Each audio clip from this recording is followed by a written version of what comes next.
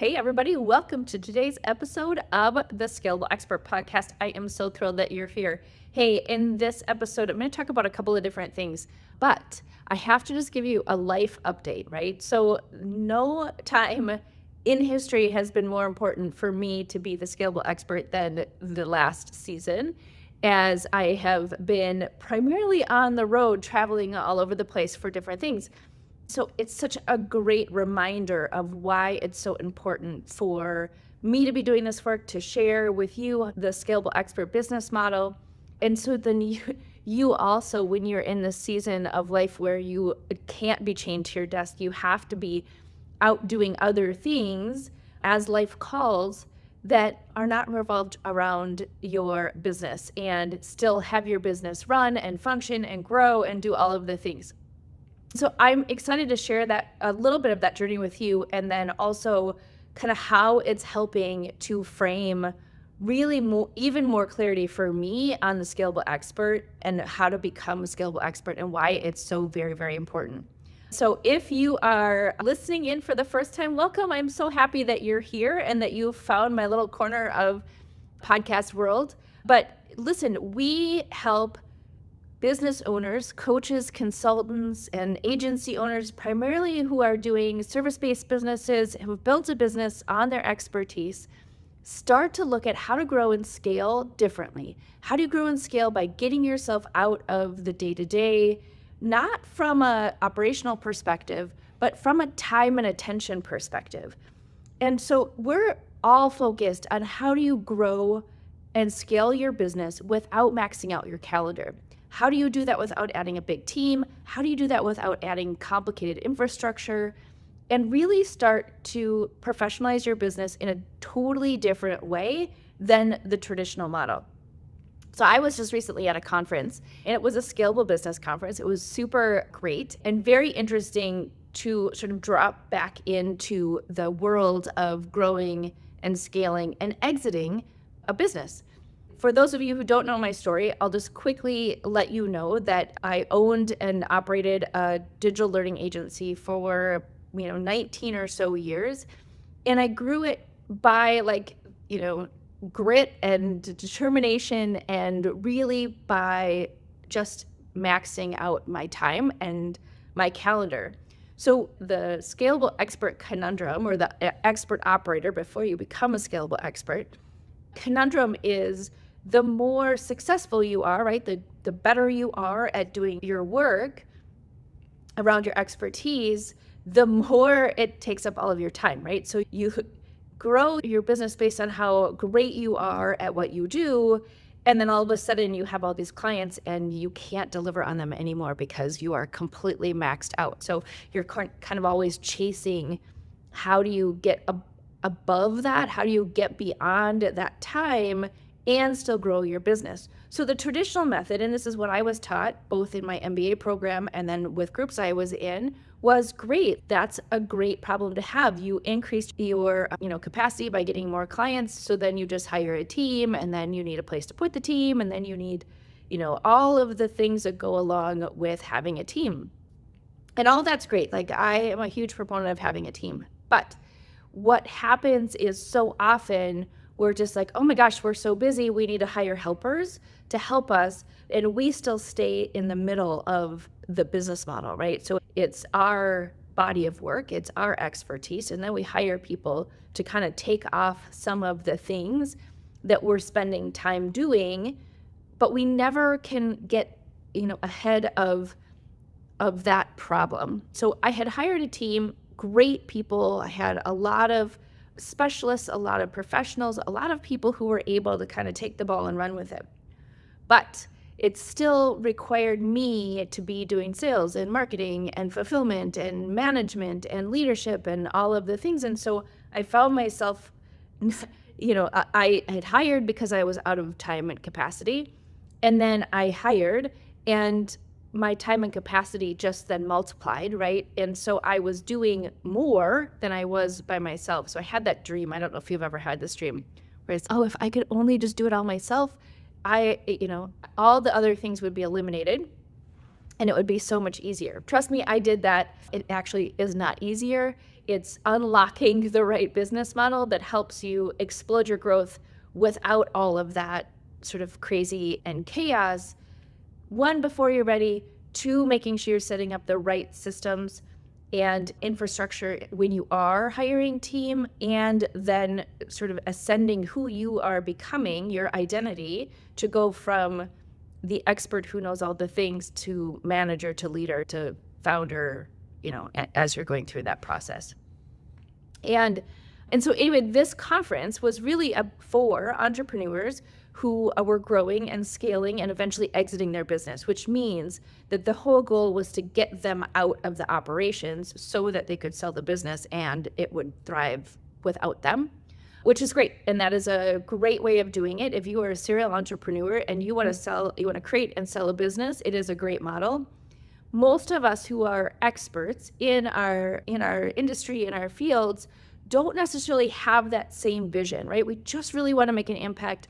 We want to make a comfortable income for ourselves and our family and be able to serve and help clients at a totally different level. For me, when I left corporate, it was about having more freedom of choice in terms of who I was helping, how I was helping them, and then what was I doing with my time. And so for me, it wasn't so much like I wanted to build a company and sell it, but the mechanics of that obviously are sound. So I went to this conference knowing that one of the things that I wanted to do was push against the Scalable Expert model. How was it different? How do we scale to a 7-8 figure level while still keeping it in the spirit of the Scalable Expert, which is you are scaling your expertise and not scaling, kind of beyond with complicated team and infrastructure and all the different things. And so it was a great conference. They had a lot of really key insights that are helpful when you are thinking about how do you go from one level to the next, right? So what gets you from $0 to $1 million in revenue won't work when you're trying to go from $1 to $10 million in revenue. And so how do you make that shift? And so I have a lot of great insights from that I'm going to apply to the Scalable Expert and share with you in future episodes of what does it look like when you're first starting out versus when you're trying to get to, maybe a $10 million level, maybe a $100 million level, whatever that looks like, but to do it around the infinite scale method, which is where you are packaging and productizing your expert framework and then creating an infinite opportunity for how are you delivering it, right? Instead of building a very complicated, complex business with lots of offers and lots of, sort of random things happening that's growing the business. And then how are you doing that without maxing out your time and attention? And so the conference was great. It talked about an operating system. It talked about how do you really look at, again, operationally and professionalize your business so that you can get yourself out of kind of being the middle of the matrix. And so a lot of good stuff there that I will be really diving into as we go. One of the things I wanted to talk about specifically in this episode, however, is really that definition of being a scalable expert. And it's really you're taking your expertise, you're packaging it into making it more of a product, right? Something tangible. It's something that you are able to create your proprietary framework or your intellectual property, your methodology, whatever you want to call it. You create that, and then that is what you lead with. So if you're doing one-on-one work, you're leading with that. If you're doing group work, you're leading with that. If you're doing leverage programs, you're leading with that. If you're creating a book, you're leading with that. You're creating a certification and licensing program, you're leading with that. And so what it does is it helps you have a super strong foundation and then add additional revenue sources on top of that foundation without then, kind of recreating the wheel with a whole different focus in your business. You probably have seen those people out there in internet land, right, who constantly are launching new offers.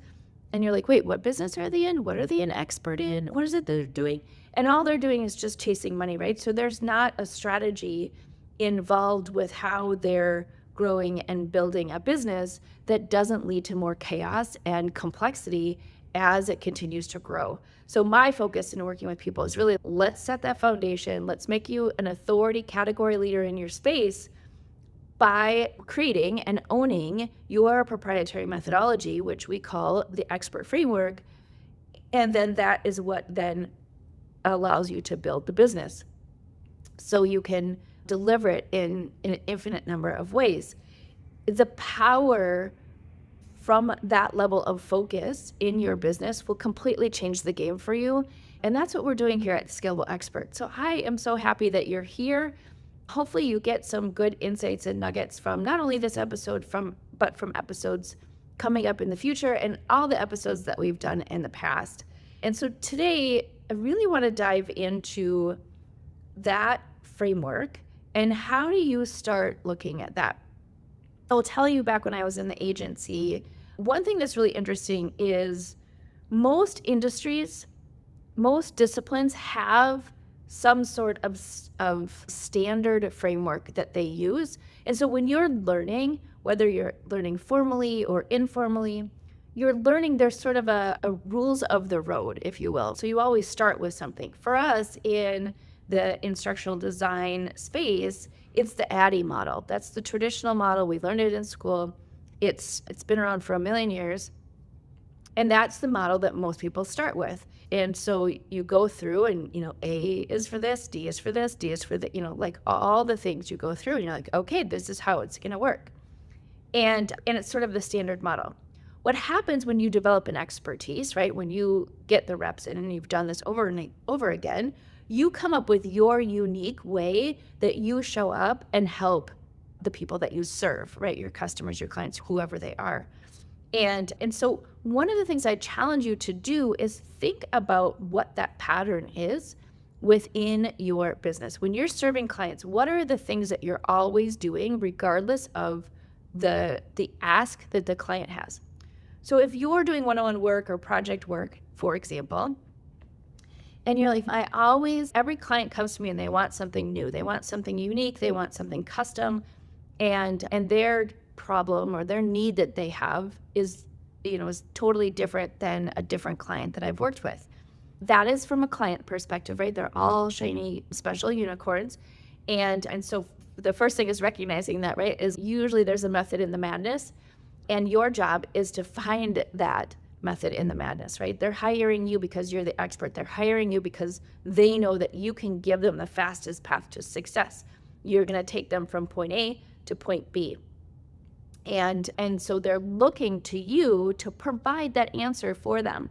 If you're in a position where you're like, people just hire me to come in and help them, so they pay me an hourly rate, I come in, I do a little, project or some work, you are probably in a role that's called an extra pair of hands, right? So you're just there to help them because they don't have either that talent on the bench or the capacity on their team. And so they're hiring you to come in and do work.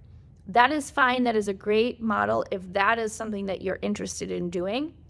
Here's what I'm going to tell you, though, as a warning, is you're going to be doing that. Say you do that, independently for 20 years. And what happens is you're going to wake up in 20 years and go, I didn't do anything with my expertise. Maybe not, but those experts that I've talked to have been disappointed because it feels like every project is a one-off and they're not owning their authority. They're not kind of getting, if you take it from a corporate standpoint, right? Like they're not climbing the ladder. And so a lot of times there's disappointment because I could have done something else. I could have, written a book. I could have used this to build a legacy for myself and my family. So when they don't want to do that hourly work anymore, there's something there that's still generating income for them based on their expertise, right? So if you're kind of in that position where, oh yeah, that's kind of what I've been doing, just think about what the future looks like for you and how you maybe want to script or design your future a little bit differently. And if not, great, like you keep going and doing your thing, and that's awesome. But extra pair of hands work is very hard, right?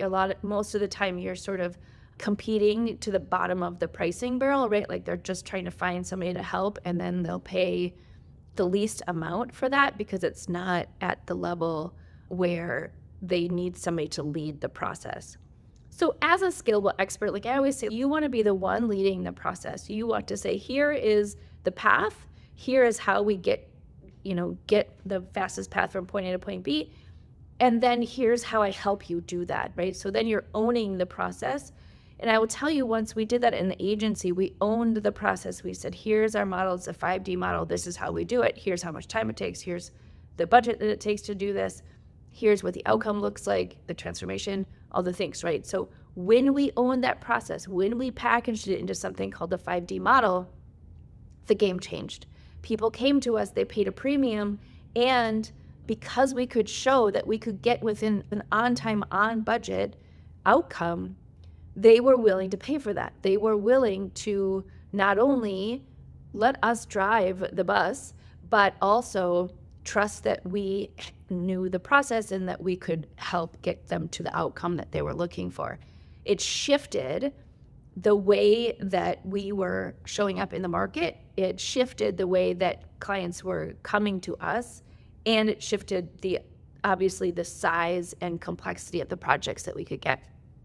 And so that's the first thing, is recognize the pattern of all your customers, whether you're using kind of a traditional industry standard or you want to come up with your own. Package it, look at it as if it were something that had to fit in a box, right? Like it's got some physical component to it. And then start to lead with that with your current customers that you have. That starts to shift how you spend your time. Instead of everything being custom, you're reinventing the wheel, everything is ad hoc. You start to shift into being able to use assets strategically to help your customers so you're not recreating the wheel. That is the first shift that you make as an expert who's delivering services for your customers. So if you haven't done that yet, get started with that. I am going to tell you it's a little challenging to do it on your own because you're so close to it. So if you're struggling a little bit, like it's totally normal. Don't stress. And if you do want help with that, my information is somewhere on this episode in the show notes. And so reach out to me. I'm more than happy to help you. Can't really read the label from within the jar. Totally a common thing. But that's the first step. Then you look at it and you go, okay, awesome. Now I have this sort of package methodology that I use with all of my customers and clients. And so the next question becomes, how do I deliver this without it taking my time and attention? So you're still going to spend time, right? Like our goal is not to check out of our business. Our goal is to create leverage with our time and attention so that we are spending the right amount of time with our customers, like the time that actually moves the needle, not the like random show up, I just have a question or whatever, right? Like the time wasting interactions that we have. And so our job is to create that leverage. So then that's the next question. Like, how do we do that? How do we take what we've created and start to even create more leverage in our time and our attention? And so that's the next step. And then from there, it gets super exciting because then it's, okay, great. Now, how can I deliver this in an infinite number of ways? How do I really start to not only help the people that I have, start to help people in a completely different way? Maybe it's moving into sort of some type of leveraged hybrid program, which is what we teach our people to do as they're getting started. And then from there, sky's the limit, right? And so you start this evolution, but don't kid yourself. And I think that when we look at people online and they're like, oh, you just do this and then you can make $1 million in 4 days, that's not realistic, right? You and I know that as business owners. And so make it easy on yourself. Don't try and, do everything in one day and think that it's going to totally transform everything. Take it in these steps that I just talked about. Because once you get that foundation, that methodology that you have designed and documented and then packaged, then that becomes the foundation of your business, and everything else then stems from that. So you no longer are like, what offer should we create? What should we do today? How do we get more customers? Well, what should we ask our customers to do?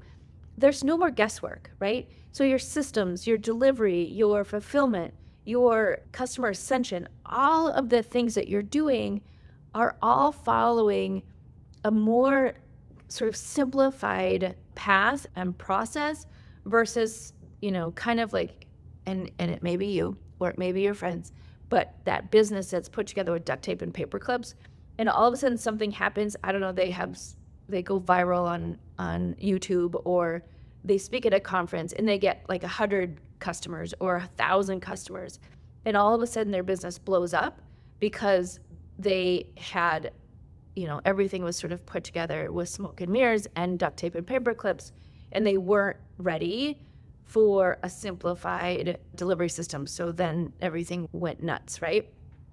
And so if that's you or someone there is a different way.